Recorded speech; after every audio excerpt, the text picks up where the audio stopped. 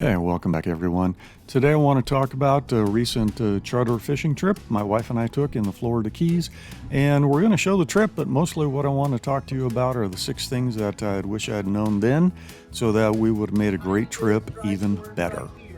Hey, I need to jump in here a moment. I originally posted this video about 4 years ago, and it was indeed our first charter out of the Florida Keys. I took it down after a while because there were some things in it that caused some controversy. So I took it down and I left it off. However, soon I'm going to publish a video that's kind of summarizing my experiences over the last dozen or so charters that we've taken since this one. And I think it's important to have this one out there because it does represent us when we were brand new to charter fishing in the Florida Keys. And I think it tells an important story for anybody else going out there for their first time. So I've deleted some of the sections, re-edited it a little bit, and I'm putting it back up there because overall I think it's a good video, especially for the first timer. But stay tuned. I'm going to publish another video soon. That is my reflections on all my charters since then and what I've learned and how I might do things a little bit differently. So let's get back to this video and stay tuned for the next one.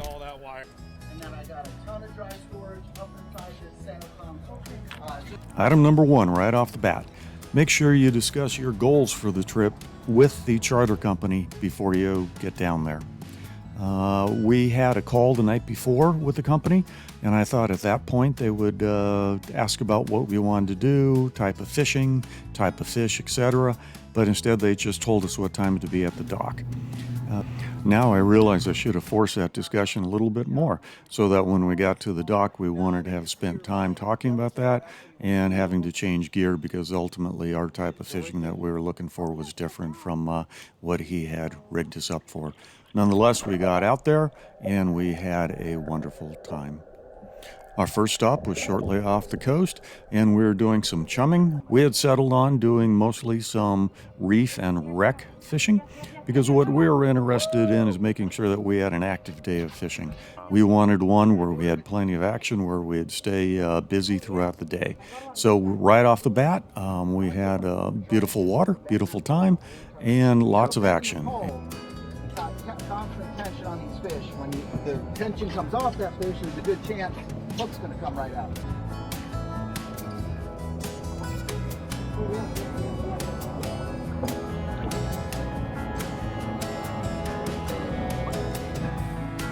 Yeah, it looks like it. Oh, yes, I can move. We're at our first true fishing spot for the day, and now we're using some ballyhoo on a single hook, trying to trail it behind us in the current to catch some keeper-sized yellowtail snapper. Okay? We just got bit. Tail. All I can do. All of my exercise now are paying off.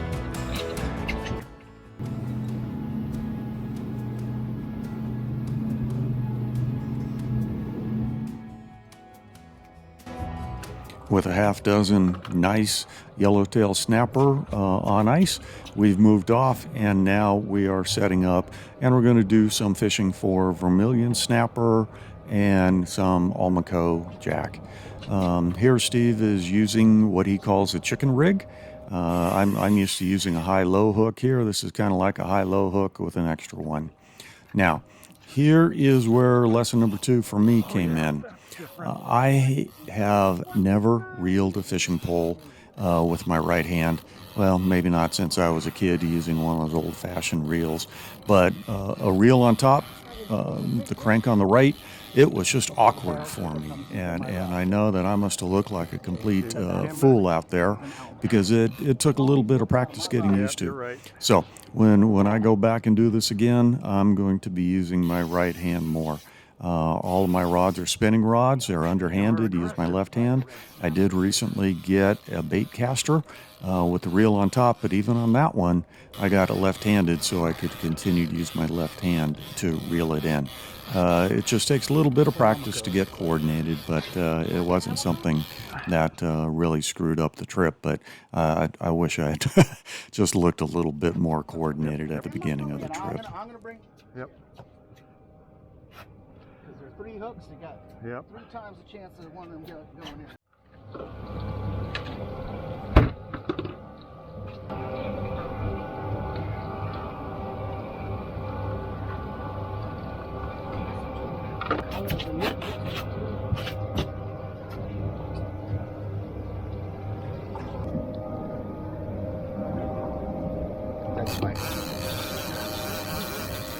Now I'm showing you one of the, there were probably 5 or 6 just like this. There was a monster fish on this pole. And try as I might, I'm still trying to feel coordinated on this thing. I don't know what it's supposed to feel like to reel in a big fish, but this guy was big. I was struggling. And well, eventually what you're going to see is he's pulling drag. And when we went to tighten up the drag a little bit, every single time the fish snapped the line. And like I said, this happened about 6 times. Unfortunately, there was not a single pole on the vessel that had braid. They were all with about 60 or 80 pound mono. And whether it was a shark or a giant grouper, it snapped the line every single time. And that got a little bit frustrating over time. But still, we were able to get enough fish beyond their grasp that we had a fantastic time. And here we're pulling up a vermilion snapper. He knew where his marks were. He knew where the wrecks were. He put us right on top of them. And pretty much no sooner than we got the line to the bottom than there was a fish on, and it was time to reel it back up. And the vermilion snapper were just beautiful.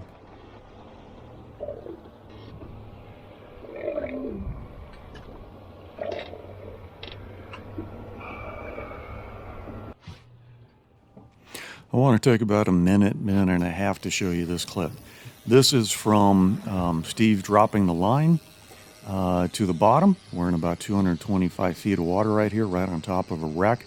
And he would constantly move the boat back for any drift that we had done, put us right on top, and just watch this. I mean, this is real-time, unedited, dropping the line hits bottom, there's a fish on, and what it took to bring it back up.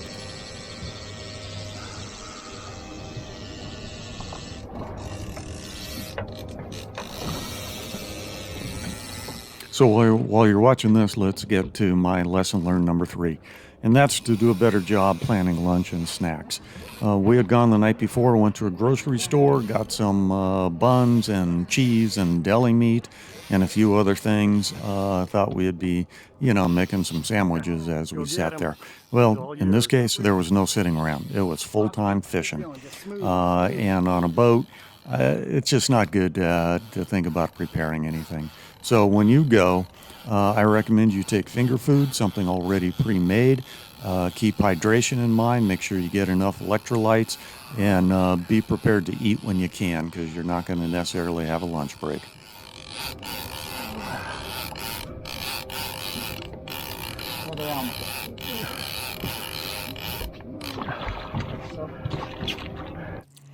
And here's the end of that real-time clip with a really nice Almaco jack on it. Just to let you know, the Almaco jack was really good eating. I'd heard some mixed reviews on it, but I truly enjoyed it. Now here's some rest of the video. We're just going to watch as my wife and I pull in some fish. Here's a double, Almaco jack and a vermilion snapper, and I'll be back with some other lessons learned and some comments as we go along. Nice and smooth, nice and smooth, nice and smooth. Something just got off. Still got one on there. Yep. Well, maybe. It might have just took off too. That's still here. Oh, where the shark just came back for a second. he just came back for the second one is what happened. Here I've gotten hooked up on another large fish, possibly a Goliath grouper. Steve comes in, he's trying to tighten up the drag a little bit because this guy's just pulling on me. And once again, as soon as we do that, we're going to find that that fish just snaps that 60, 80 pound mono right off. Yep. He's grabbing it and he's just taking us straight back down.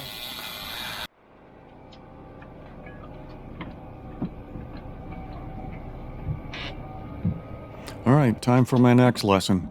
The charter we took off, we chose this 32-foot Sea Hunter. It's a fantastic boat, and it will accommodate a party of 4. But it only comes with the crew of 1, Steve. And as great as he did, the challenge that you really have to think about is how many people are in your party. This could hold 4, but he had his hands full, keeping one of us on a pole at a time. Maybe that would change if I had demonstrated a little bit more experience handling the pole at the beginning. Maybe I could have done some fishing on my own. But for this type of fishing, it was pretty much one person at a time because the fish were constantly on. So if you've got a party of 4 and you're competing about who's going to fish, you may want to get a little bit bigger boat with a second crew member. Trophy picture.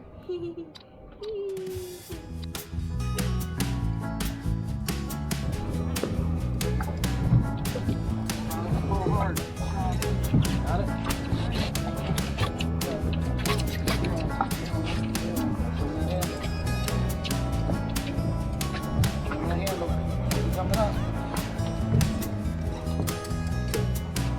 You got to hold that pole more so it doesn't twist and turn in your hand. It'll make it easier for you to turn that hand. Oh, I got you.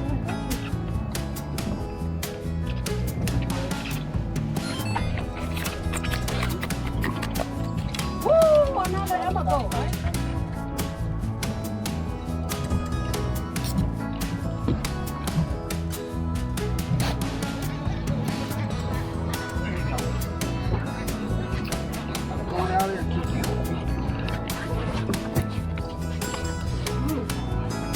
Once again, Steve put us right on top of the fish, and no sooner had he got the line down than he had a fish on.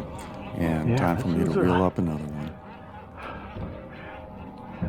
Might have just lost one. Got two vermilion stop. Keep reeling. Reel. Start reeling.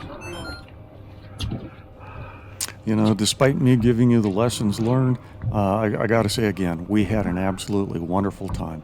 We'd go back and do the same thing in a heartbeat, just a little bit wiser this time. Steve worked very hard, very friendly, very competent, knew exactly where the fish were, and kept us engaged the whole time. This was exactly the type of fishing trip we wanted. We didn't want to drive around listening to the motors hum for 4 hours, hoping that something would jump on our lure. We wanted action, plenty of it, and he was able to give us that. So he met our expectations. It was, as I said before, just a great trip.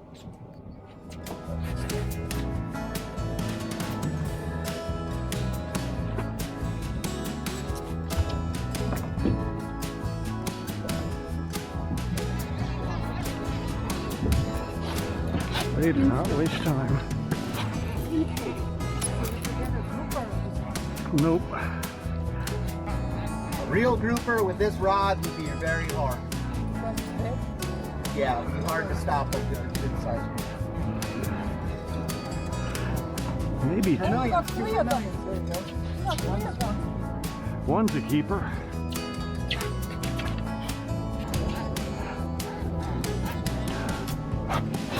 Oh, that's a good one. Looks like something grabbed his tail. Yep.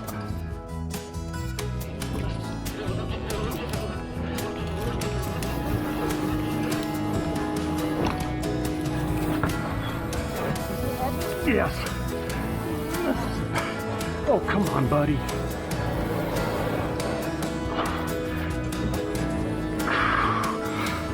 The biggest one yet. We also had a couple times where we had fish on, and as we're bringing them up, you can feel the pole get lighter. That's either the fish jumping off, but if you feel a tug first, that's a shark eating it. And I had a couple times when we had what clearly felt like a couple fish on. We'd lose one. A little bit later, the shark would come back and snatch the other one. It's just part of fishing in the Keys. This is another one, probably a Goliath grouper, something huge, way too big for the rig that I had. And sadly, once again, it just snaps right off that mono line. In a different setting, we probably would have let the line play out with the drag we had on it, try to tire the fish out.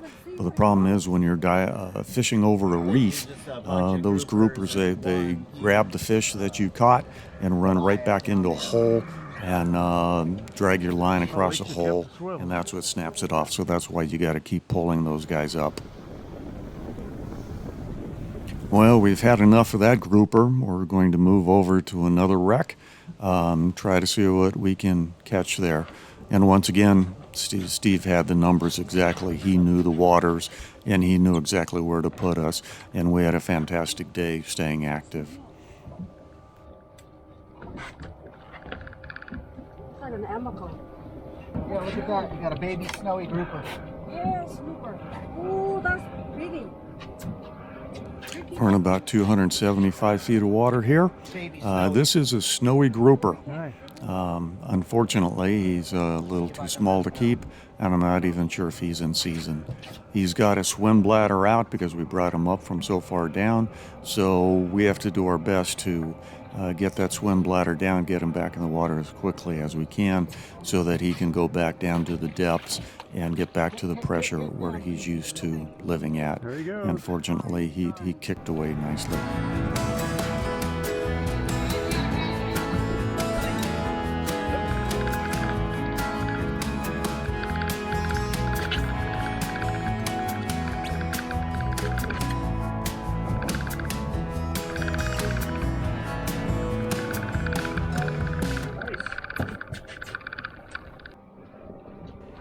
Okay, these are the last couple of fish I'm going to show you. It's bringing up. Like I said, next time I will be much more comfortable on the reel. I have a better handle of what's a big fish, how to bring them up, and how to crank right-handed. I just wish I had done that before. Here's some photos of other fish that we caught. I did have one triple. Wish I had had that on film, but the camera wasn't on. That's a vermilion snapper, Almaco jack, and a red snapper. Here's the red snapper. That's kind of the prize fish of the day. Unfortunately, it wasn't red snapper season, so back into the water he went. Now we're heading back to port. Still got a couple more lessons that would make the next trip a little bit better, but we're back there. He's cleaning out the ice well to bring our fish back, and like all charters, he will fillet them for us, which is going to kick into our next lesson. Which is, if it is, it's illegal. They got to be big. The vermilions are gorgeous. If they get prettier on And now I'm at lesson number 5, one of the most important of the day, and that's that I wish we had kept more of the fish whole. Instead, we had him fillet most of them, and he did a great job, but he had been working out there hustling all day long, and he is filleting for speed. My wife fillets for quantity of meat, and she wished we had had more. Now for lesson number 6.